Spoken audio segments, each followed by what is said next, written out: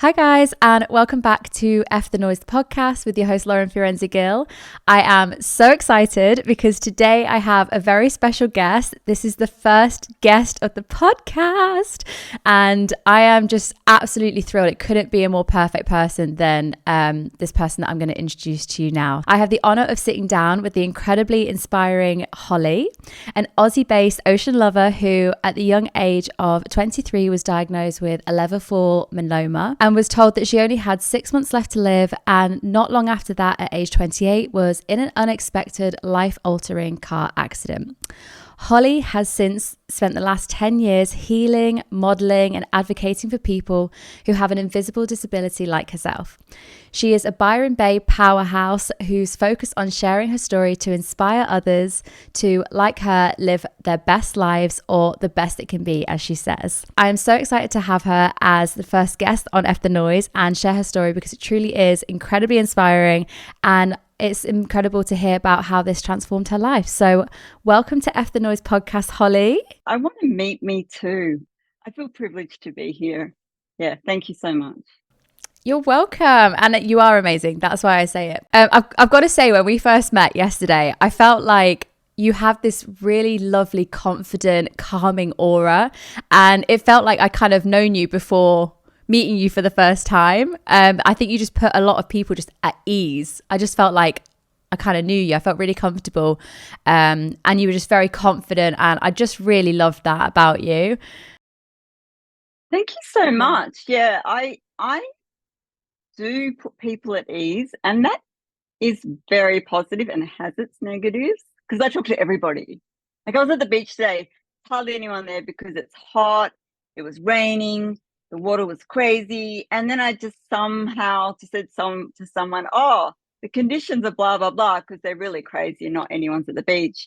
And then we just got talking, and then we talked for like half an hour, and then anyway, now we're going to have coffee. But this happens all the time. I've had to actually learn boundaries. I already listened to your podcast, and just looking at your Instagram and the work you've done, I already felt like I kind of knew you. So I think I had the advantage there. I think it's such a special thing. And I think there's I don't know if you feel this after what you've been through, but I do feel like when you've been through something which is quite life-changing, you kind of have this like unapologetic way of just living your life in a way. And you just know, like, you've been through some of the hardest times that quite a few people might have not ever been through before, and you've been through it and you've come out the other side, and I just feel like now I've like stepped into my life, if that makes sense. Like, before I was living, but now I've really, like, after learning and doing a lot of work on myself after these sort of things, which I know you have as well,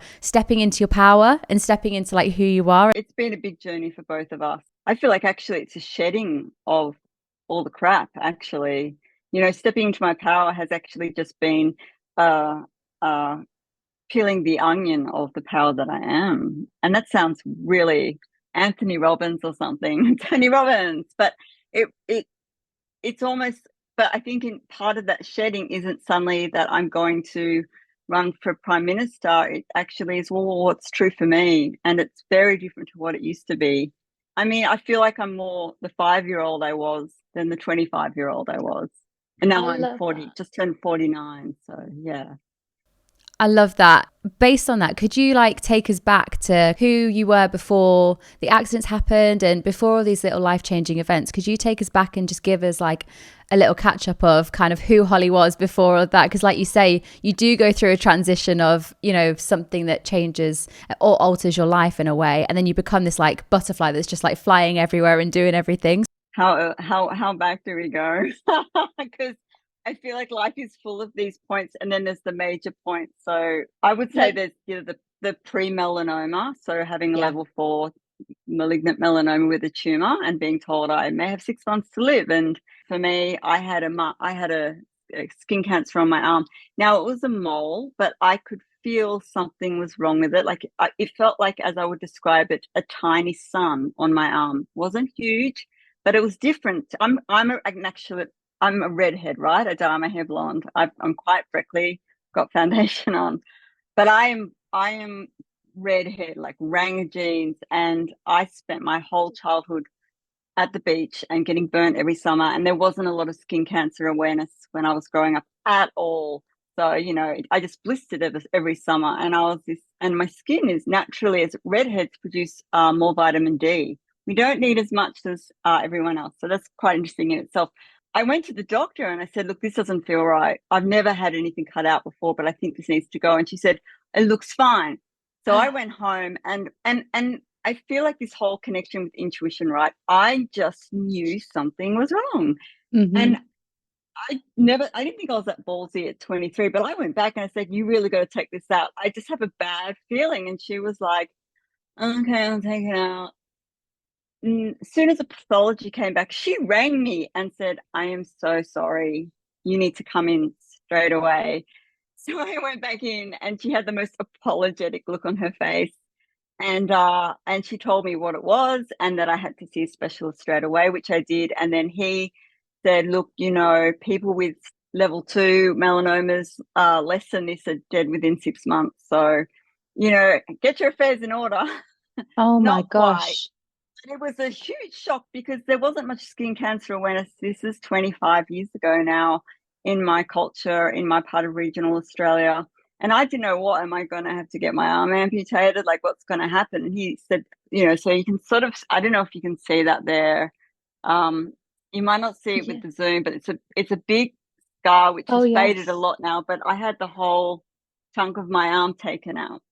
Wow. And anyway, after time, it hadn't spread through my body. But I had to get, I was advised to get regular brain scan, lung scan. So now they would take all the lymphs out too with that level of melanoma. But I would just get checked also every 3 months and every 6 months, then every year. Then after 10 years, you're in the clear, and they knew it hadn't traveled anywhere. But ever since I've been the English tourist at the beach with my zinc and my hats and my full body rashi. But I think staying out of the sun has actually done me a lot of favors. That's wild. Did you know what melanoma was before? No, nothing. I knew there was such a thing as skin cancer. I didn't know there was BCCs, SCCs, which I've had both of a lot of them since, but they're different sort of cancers. But they're different. They're different sorts of skin cancers. Melanoma is the quickest and most deadly, but BCCs and SCCs will take their time and may actually give you other problems because they go into your nerves and brain and other stuff. So, just after that, so what happened after that is I actually developed insomnia because there was something around this deep fear of not surviving and needing. And then I did my bucket list, like, well, I've got 6 months to live. I just did all this stuff. And then I was still alive after 6 months. And then I was really lost for a while. And then I sort of found my feet again because I was strong and I was well and I didn't die and the cancer hadn't spread. I had a great specialist, but what he ended up saying is because you were young, I was 23 and your body's very vital and strong. Because if you got the same melanoma in your 40s or 50s, the body naturally does weaken over time and doesn't have that same immunity and resistance and strength. And sure, maybe people with level 4 melanomas in their 50s and 60s do survive if it's caught early. But mine was really bad. Like, I didn't catch it early. And yet I was very vital. I was surfing every day. I was working. I was going out all the time. I had a great boyfriend. It was just a different time. But also I started to get insomnia that never quite went away. Yeah. It's incredible because I don't know much about melanoma. So it's so interesting to hear that there's different like grades and stuff like that, especially was it 6 weeks, 6 months? 6 months, yeah. The 6 months left to live. Like, I mean, that was like the first appointment with the specialist. He just got real with me. And I had a girlfriend with me and she was fantastic and she made me laugh. Because I went to a phone box, because of the phone box back then, we didn't have mobiles. And I rang my dad. No, first I rang my mum and she was sort of like, okay then, because she's in denial about everything. Yeah, and then I rang my dad, and I actually never lived with my dad, but we had a relationship, and my dad and mum are friends, and I rang my dad, I was and he came up. He flew up because he was living in Sydney, and he was there for me through the surgery and recovery. And he was Wow. actually, it was the first time my dad had actually really been there for me, so that was kind of healing. Yeah. And then I was there for him when he got sick in my mid 30s. So we've had our adult life was very different to my childhood and teenage years, that's for sure. Like that's just incredible that you have like the kind of absence, and then all of a sudden it just takes like a certain thing, and then that's it. It's there. But then I didn't actually tell many people, because I was kind of in a level of denial myself. So as much as I went into this sort of dissociated shock state, which put me into insomnia, I also was I was young, and I was so ambitious, and I did this one woman play that year, and I just threw myself into everything because I think Wow. on some level I was afraid of dying. I didn't talk about it. And also because I was still able-bodied, Yeah. and though I had this massive chunk taken out of my arm that everyone would ask me about, and I wasn't in the clear, but I was just really focused on living Mm. hard, and I lived hard. And then the car accident when I was 28, just before my 29th birthday, was when I couldn't run away anymore from my real feelings of um, well, I became disabled basically. I developed a disability. I couldn't walk for a while. I couldn't ride a bike at all for like the first 5 years. So everything was like in 5 year stages. So now it's 20-year anniversary last year, and I That's can dive incredible. again. I can't surf again. I'll probably never surf again because of the problems with my spine and head. Could you tell us a bit about the car accident? Well, I've got no trauma around talking about it because I've done a lot of therapy. It was meant to be. And I hate to say that. But even when I was lying on the side of the road, I remember thinking, I know this has happened for a reason and I don't know what it is. Wow. It was very, again, this intuitive clarity. So what happened is I was working full time at the film company, and it was my boyfriend was working overseas with his fancy sculpting job.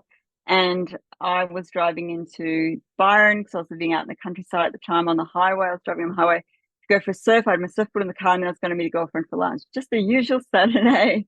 But Yeah. I was still grieving losing my friend only a few weeks before. But I'd just been talking to her. I'd just been sitting on the rock in nature before I got in the car, and I said to her, I mean, she's dead, but I was still speaking to her, saying, I don't know how to deal with my feelings around losing you, because I had no container or understanding of how to deal with grief. I was devastated and my life was amazing, so I didn't quite know how to put those two together. And I Mm. was driving to town, and then I just remember there was two lanes on this highway, and a car just coming really fast to the rear of my little white sedan. I could see it in my rear vision right to the back of my car, and it gave me a fright. And then suddenly it was gone, and I looked, and suddenly it was heading towards me. So what they had done is they had come behind me, and they were speeding, so they're going about 130 kilometers, and I was going probably about 90. And then I was about to pull off to Byron, and young girls coming down from Brisbane for the day, like a holiday day, and they weren't paying attention. It was all written in the statement. They were talking, and they didn't gauge my speed and their speed. And so they got right to my rear, and then they jerked out, and they had a rear wheel spin. So they lost control. And so I Oh. saw them hurtling towards me 130 kilometers an hour, and they hit the side of my car, like where I was sitting. And then my whole car lost control and spun around. I knew it was bad because it was so fast. I had no control. And I thought, I, and the slowing down of time thing, it really is true. Yes. So I'm thinking, I could die here. So I'm going to start at death, because that's what could very much happen here. And I'm going to work backwards. How can I reduce um, my likelihood that I'm going to die? And then I thought, okay, so what I'd learned from surfing is to always cover your head when you come off your board, because when you come out of the water, often surfboards can come back and hit you in the mouth. And then I remembered a yoga retreat I'd been on 7 years before. We'd done this like yoga where you go, and you kind of breathe and release into the pressure and all this other stuff. It's like a Japanese yoga.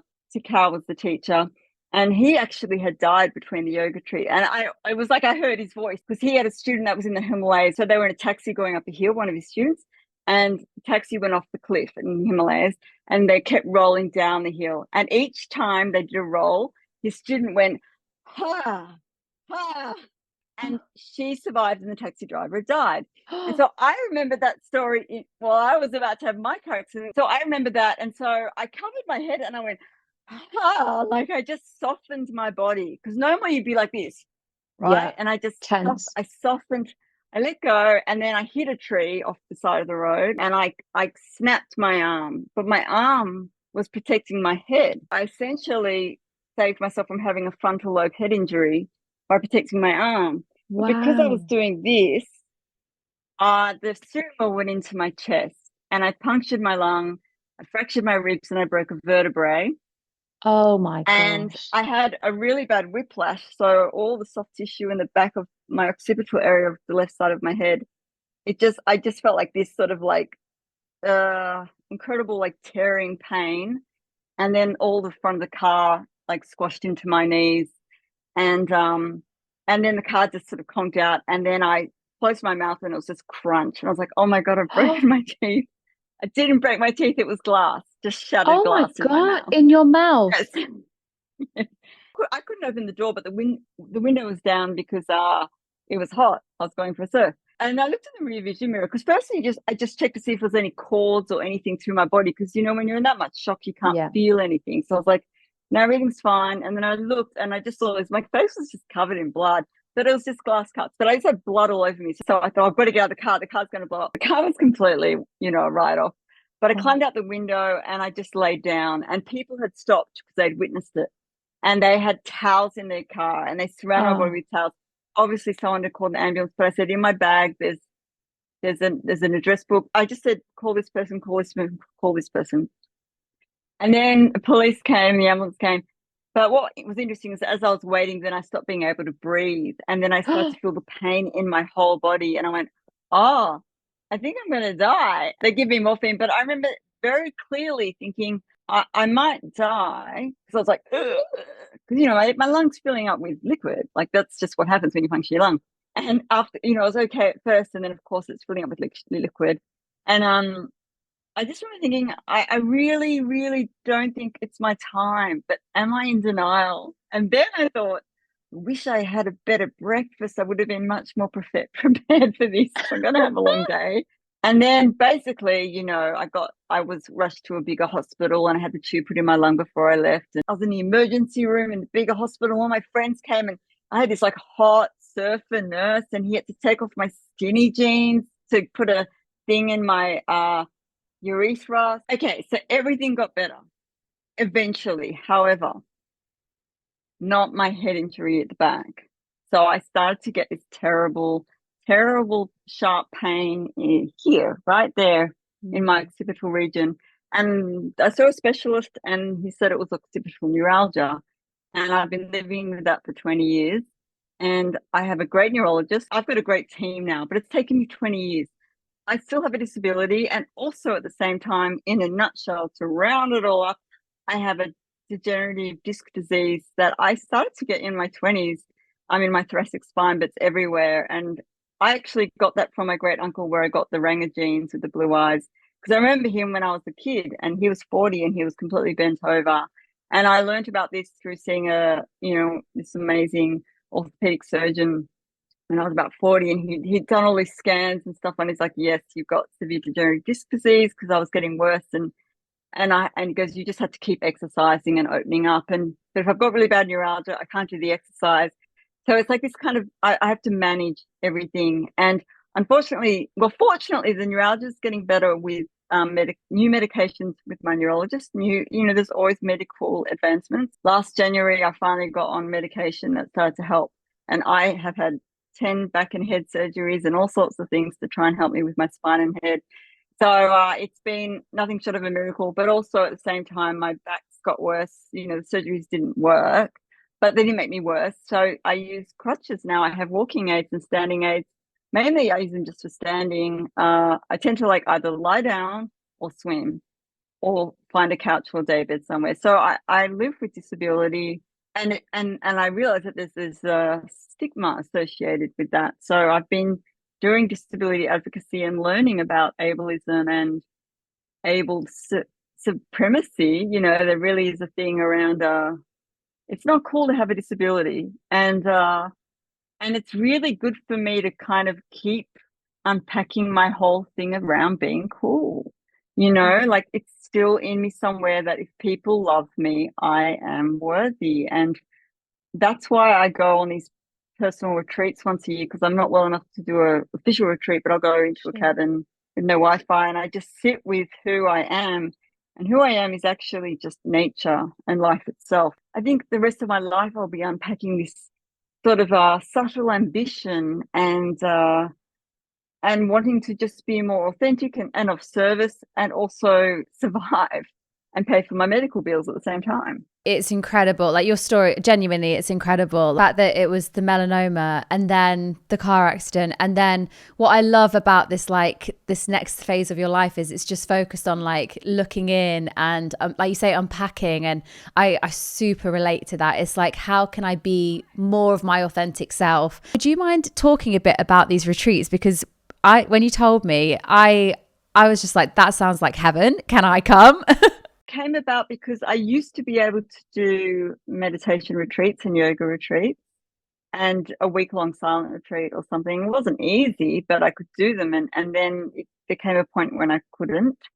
And my living situation isn't great. So I live behind my mother, who is elderly, and she's got her trauma and health issues. And it's you know, I mean, I don't think anyone wants to live with their mother, but I can't afford rent in Byron Bay, where my community is. But with the retreats, I need to get out of Byron. I need to get out of my home environment. Also, because of my disability, I'm often at home, either on the phone or drawing, because I'm an artist. That's my principal passion.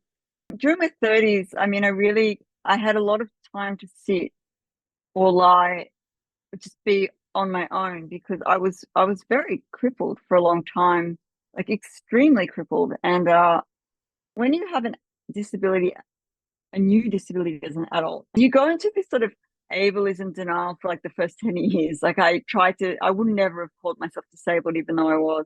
What I started doing is I really started just to sit with everything that was inside me. And I really just realized how much I liked being on my own. And I would spend days like on my own in nature, like come home at night, but just go to the nearby forests and just sit in nature. And I think over that period of the last 20 years of pretty much doing that, and loving silence and getting noise cancelling headphones and just realizing how noisy the world is. And what happened is my dog died 2.5 years ago, and I had been going away to places where there had been people, but I could still maintain my solitude. And what I realized after my dog died, which was the worst thing that's ever happened to me, believe it or not, given all the other stuff that I've even mentioned, I wanted kids. I didn't have kids because of my disability and my inability to, date. I got her when I wanted kids when I was 33, and she was my child. I didn't realize, and I didn't know how much you could love a dog. And I'd come back from my surgeries or my procedures or my injections, and she would just be lying on my bed by my side. I guess like you would feel like a partner would. And I just never had that partner who did that. I had good friends, but it wasn't the same as that companion.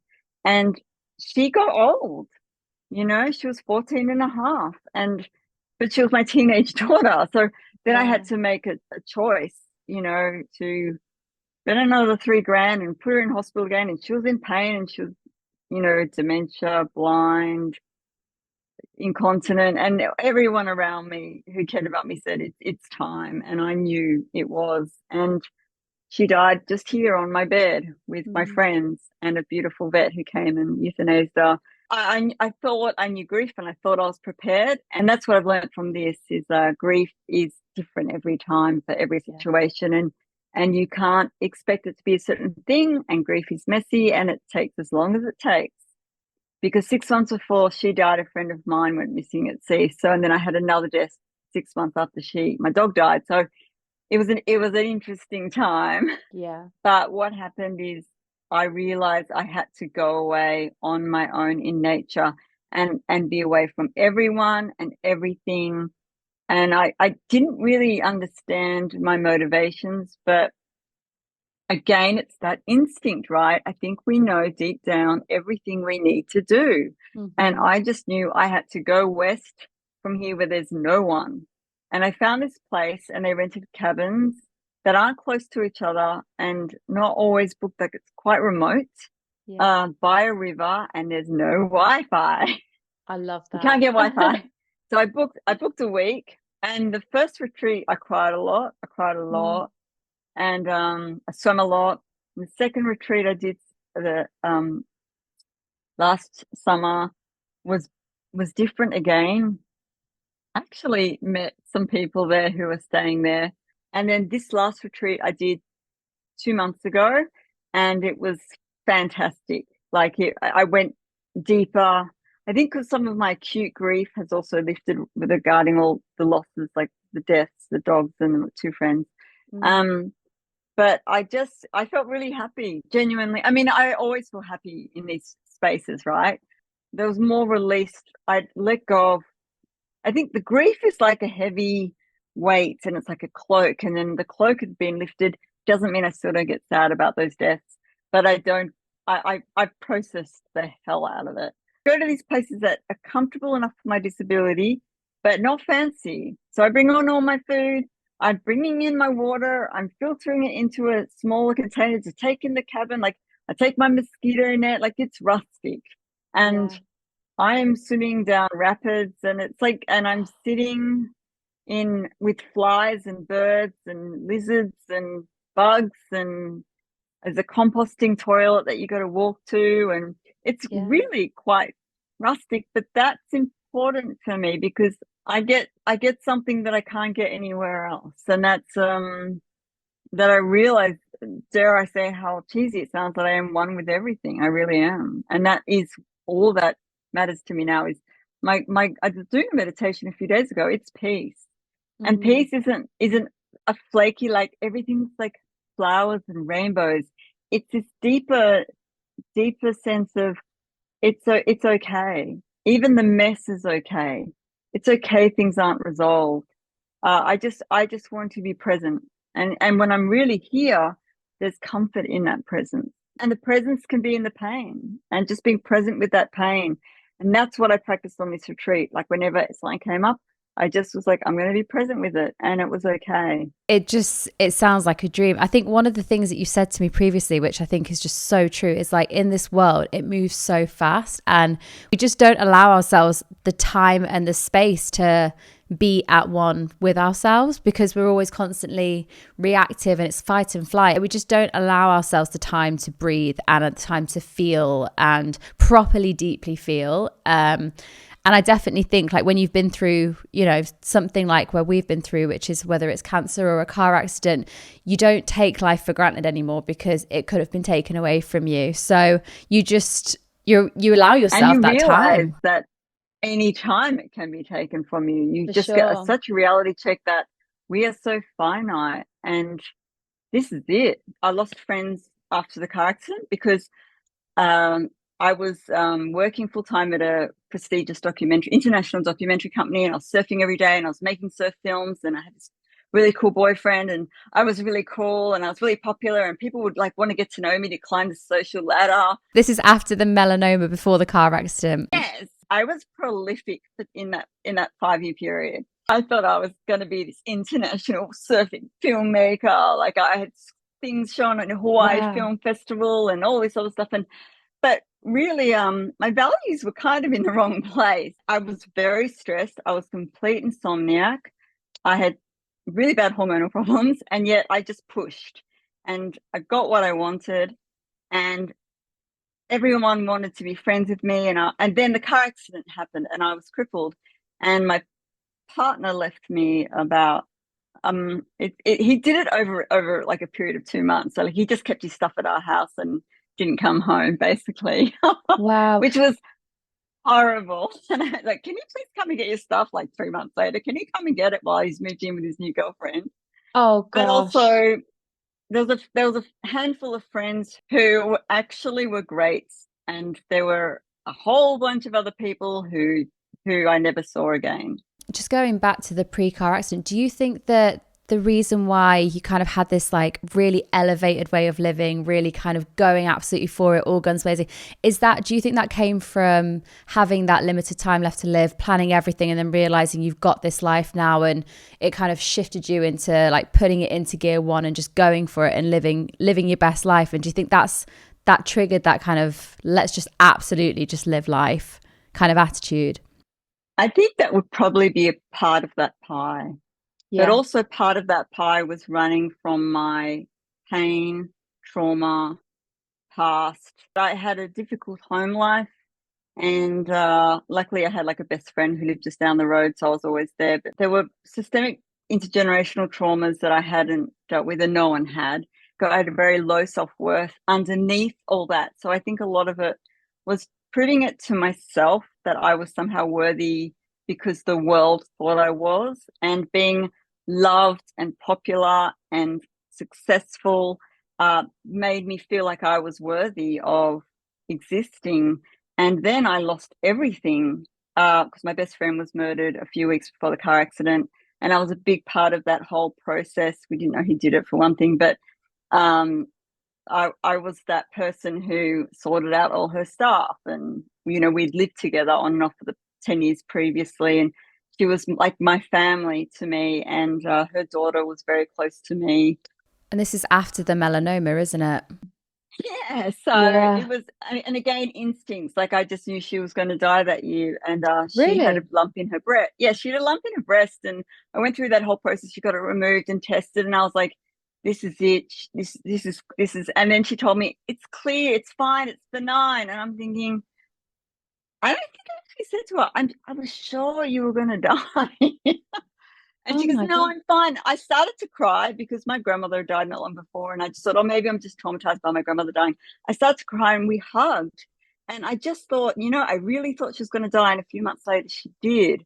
So again, I think I've always had this very strong instinct, but losing her and then the car accident and then my partner leaving, who I thought I was going to like have a baby with, who actually had a miscarriage with, and I would have had it.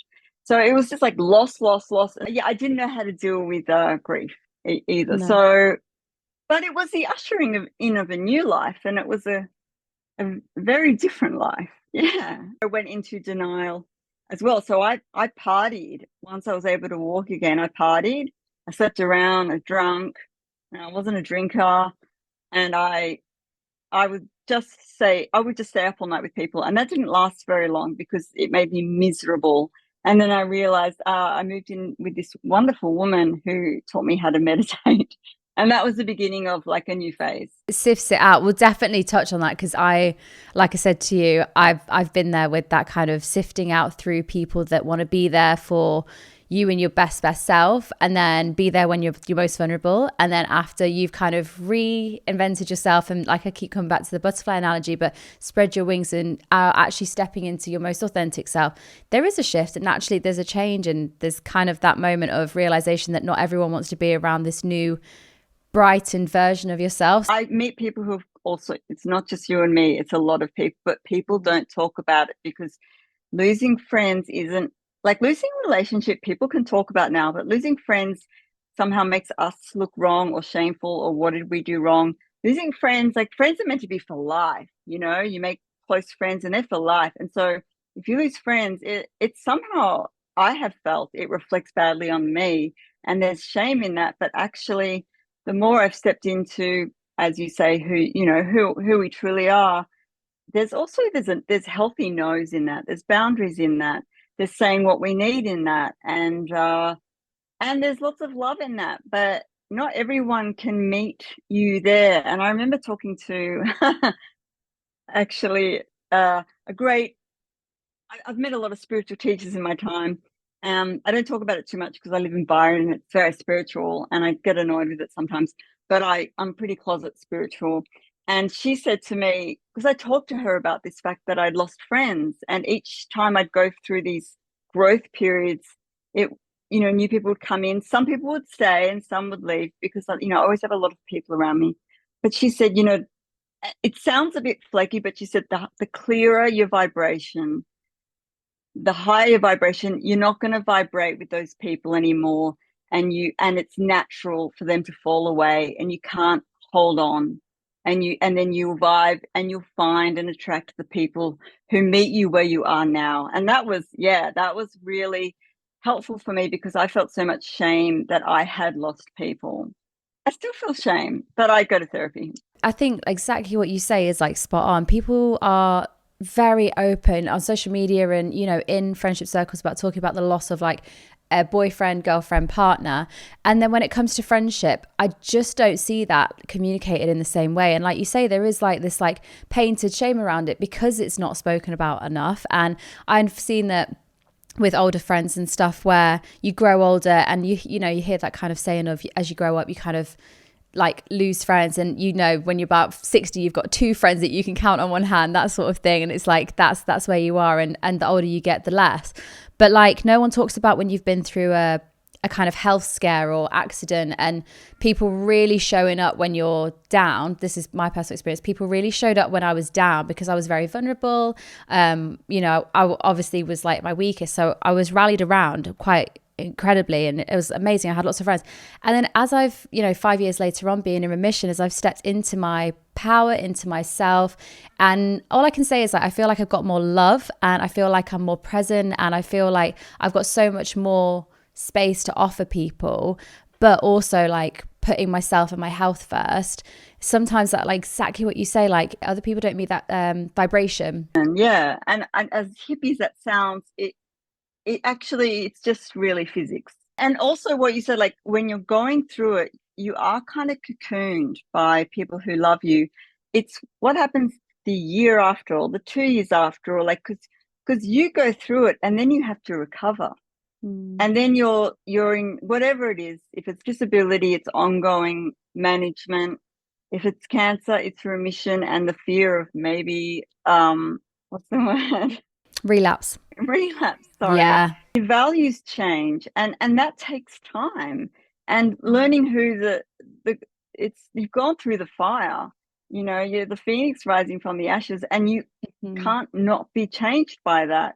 And you're different. You just are. And it's for the better, but it takes time for that being. It's really wholesome, and to give. I mean, if I've learned anything, it's to give myself time every time I go on a solo retreat and I come back. I've got to give myself time to process what I've seen and the changes in me, and to step into who I am, because there's a great Zen saying, if not now, when? It's like, if I don't do it now, when am I going to do it? Because this is all I've got. Yeah, it's in the moment. And the more you let things fester, whether that's holding on to a friendship that doesn't serve you, or not communicating how you feel, just the more you put it off, the more it's going to just build and build and build to a point when you're just like, what's going on? So like I won't put things off anymore until I'm calm, and then I'll do something. But I used to like be in denial, and then I would react, and then I realized, I've got to get centered first, really clear, so I can communicate skillfully and still be afraid in that process, but hold myself. But really what I find is, because now I'm so emotionally literate and intelligent, as I like to think I am, much more than I used to be. I had a girlfriend I tried to talk to, like, let's talk about this. And she just kept, I said, can we make a time to talk? And she just kept ringing me out of the blue for a chat. She'd be on a ferry or on a train. And I'd say, why don't you call me when you get home? We can make a time and we can talk. And she just never would. And I realized she just didn't want to deal with the issues that we had. And I thought, you know what? I've got friends who do, and we can talk about things, and it's not a big deal, because friendships bring intimacy, and intimacy isn't just for sexual relationships. I've fallen in love with my friends. Did you ever feel like, after you'd been through those kind of like events of the car accident and the melanoma, did you ever like seek a deeper relationship and connection with everyone in your life, because I felt like the more I was getting to know myself in a way, the more I wanted, like, I looked at my friendships and I was like, oh, that one's actually quite surface level. Like, we don't really talk about anything apart from the past, and, you know, certain things in our lives had changed. You know, one had had a baby, got married, and definitely was withdrawing quite a bit, which I was giving space for. And then another one was going through something else. And so I was like, okay, that's fine. Like, I'll be there when you need. But then I started to realize there were very surface level friendships compared to, you know, some that I have, which are really deep rooted in talking about deep things, like going straight in there, like, how is life? How are you feeling? Like, really being open and vulnerable. And I think the more vulnerable I was with myself after, you know, having cancer at 25, the more I was seeking that in friendships. And then you realize the surface level ones don't actually want to go there. They're like, I'm kind of happy with you, you know, here as and when I want you. Did you ever have that? Oh yeah, completely. So, I mean, the thing is, you sound like you was quite switched on at 25. I wasn't so switched on. I was still very, like, after my melanoma, I mean, your treatment sounds a lot more hardcore than mine, but I strove for the stars more than doing any inner reflection. I just wanted to kick all my goals. And then the car accident happened.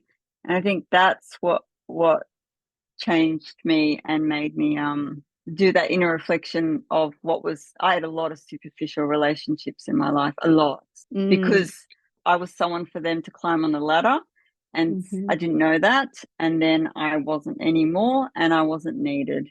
And I think now, though, it's more as I've got older that I don't have time for the boring and superficial. And I've got a handful of intimate friendships, and that's all. That's enough, actually. I can't maintain anymore. But look, I've just changed a lot as I've got older as well. My 30s were a huge time of change, as my 40s have been. And they've all had their great gifts, and these decades have had their great challenges. So I feel like I just get clear every year of what's important. And I've got a few friends who've known me from my 20s, who've been away or I don't see much, and they relate to me in a way that isn't who I am anymore. And I get a bit angry inside, but it's not their fault. It's just that I have changed so much. I've done so much therapy, so much meditation. I've spent so much time on my own. I've read thousands of books. I've listened to thousands of audiobooks and podcasts. I've journaled. I don't stop changing, so I don't expect to. But some people stay, and the essence is still the same. That connection is still the same. Like my friend who I used to play tennis with when I was 10. She might listen to this. Hi, Chris. It is so interesting, and I think it always works out for the best. Like, I'm a big believer in, if it's not like meant to be in your life with friends, the universe has a weird way of just making it happen, and it can be at the most unexpected times. I'd love to hear your ways in which you do slow life down. What is your toolkit to be more present every day? I have to acknowledge that it's a privilege to be slow, as in I'm not grateful for my disability. It has ruined my life, really. A lot of people with disabilities don't love their disabilities, especially if they cause pain. However, there are people who are in situations in the world where they can't be slow. They can't. And I don't know how they would do it. So I really want to honor my privilege in the fact that I can and will, and I'm determined to make choices to live a slow life. It's about creating the tiny spaces that we can to just really connect, you know, all the things. We all know what to do. You know, we all know by now about connecting and deep breathing and techniques. However, I also think the great practice is in just slowing down everything we have to. We all have that list. I have a drawer. It's a to-do drawer. It's not a tray. It's a drawer. Pull it down like slightly. I practice deep breathing, right? So it's good for your brain. So I listened to a podcast about the importance of how technology is making changing the neurotransmitters in our brains. Actually practicing deep reading, I couldn't read in the way I used to when I started to practice it again last summer, and I just committed like 10 minutes a day, 20 minutes a day. And sometimes I read the same sentence over and over again so it sinks in. But it's bringing that presentness, and as cheesy as it sounds, but also presentness, not just to the action, but to what's happening here. Because I think sometimes we yes, fight, flight, fawn, freeze to what's happening here in whatever situation we're in. And it's actually about, okay, so say I'm feeling really frustrated about something happening in the moment. It's about actually just being present to that and giving that space and slowness. Like, I'm going to actually experience this. That might take just 10 seconds, but where is it in my body? Yeah. And then, it's in, like, frustration's often in my jaw, it's in my chest. And then I often feel kind of what's underneath it. And it's like, oh my God, rage, you know? Yes. And sometimes yeah. I'll just do this. I'll do a bit of shaking, or I'll put Yeah. on some music or not. It depends if I have time.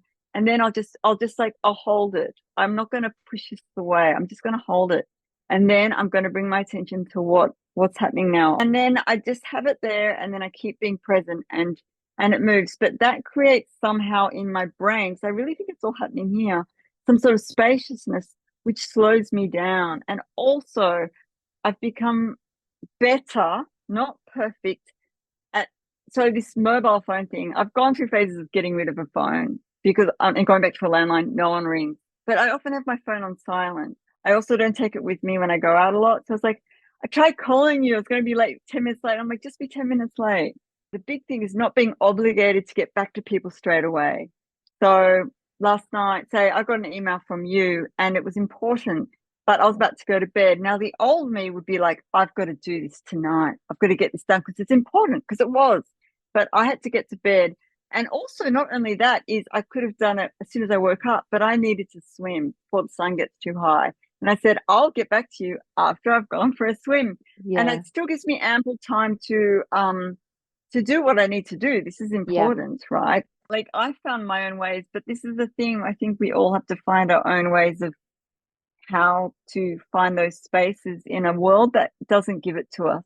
No, I fully agree. I think it's so nice to, I mean, I'm trying to practice it as well, especially going into this year, of like putting the phone, like you say, not even on the table, just putting it in my bag. Like, those small things I genuinely believe are, like you say, ways to be more present. And what is the saying, like, out of sight, out of mind? Like, if it's literally out of my sight, I will be present with what's in front of me, which is in my sight. And yeah, I'm trying to do that. And I think when I do it, I feel like I've got better conversations. I'm more present. I'm more connected to the person that I'm talking to. Or if I'm not talking to anyone and I'm walking around a lake, I'm more present to like the sky or the birds or the temperature and the wind and all the things that just make the world and life. So I fully relate to that. But honestly, like, I have absolutely loved speaking to you. I'm so inspired by your story, and I am so privileged to get to know how those sort of experiences have made you who you are, which is this like super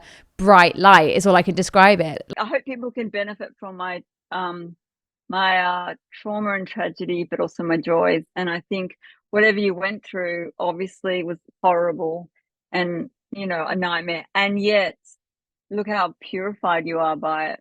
It's just kind of the difficult truth. It's work. I mean, but you probably wouldn't have done it. And so this is the thing, you've been ripened by this experience. Yeah. And you know what? I think about, if those things hadn't happened to me, I think about who I would have been. I probably would have been a superficial, stressed out, middle-aged woman who maybe would have started smoking and had 4 children to an alcoholic. I don't know. I definitely say to people, like, when I talk about my personal journey, I'm like, it was the biggest blessing and wake-up call. And, finding something out of something which is quite tragic or quite, like a very negative situation, finding the light in that. And I think gratitude and being grateful for that experience of like how it's helped you now, even if it takes years of therapy and work and self-reflection, it's like just being grateful that, you're here, you're breathing, and you've kind of learned things that most people maybe will never learn because you fast-tracked your life in a way. It's kind of, this incident has catapulted you into being like, right, if you don't know yourself now, let's get to know who you really are after. And I think there's something beautiful in that. I wish I had done it as quick as you have. It took me time. I mean, I had cancer in 2019 and then I was 25 and then COVID happened for 2 years. So I had 2 years of nothing. Do you know what I mean? So I had a lot of years to be like, I have a lot of thinking time when everyone else is not doing anything. So I was kind of lucky in that sense. At first, I thought it was the worst nightmare that could have ever happened. I'm like, I've just lost a year of my life. Whereas now I'm like, that COVID time gave me 2 years to really look in and heal, and no one else was doing anything at that time as well. So I didn't feel like friends were going on trips and stuff. I was like, oh no, everyone's sitting at home looking in and doing things. So yeah, that was definitely like a blessing in disguise. But at the time I thought, why? Yeah. Oh man, the times I've said why, and then later on I go, oh, that's why. Yeah. Oh my God, that reality click where you're like, okay, I get it now. Oh, well, thank you so much for being the first guest on F the Noise. I'm going to wear this as a badge. Feel honored to be here and also to meet you, to share my story. Thank you so much for sharing your story as well, like sitting down and just being vulnerable and chatting as well, because I know it will help people. And like you say, even if it's one person, that it can spark like joy in, or spark, you know, a kind of like a view of what life could be after what they're going through. Like that's what it's all about. For anyone who wants to connect with you on social media, do you want to say what your social media handles are? So Holly English, as in HOLLY, ENGLISH, as in English, _ is here. allhollyenglish.com is my website. If you enjoyed that podcast, then don't forget to hit that follow button on Spotify. And also, I would love it if you could let me know what you thought about the episode. Feel free to like and leave a comment, whether it's on YouTube at Lauren Fiorenza Gill or this F the Noise Spotify podcast. I would absolutely love to connect with you all and hear what you thought of that episode. And I cannot wait for inviting more guests on this podcast. Have a lovely day, whatever you're doing, and I will see you in the next one. Bye for now.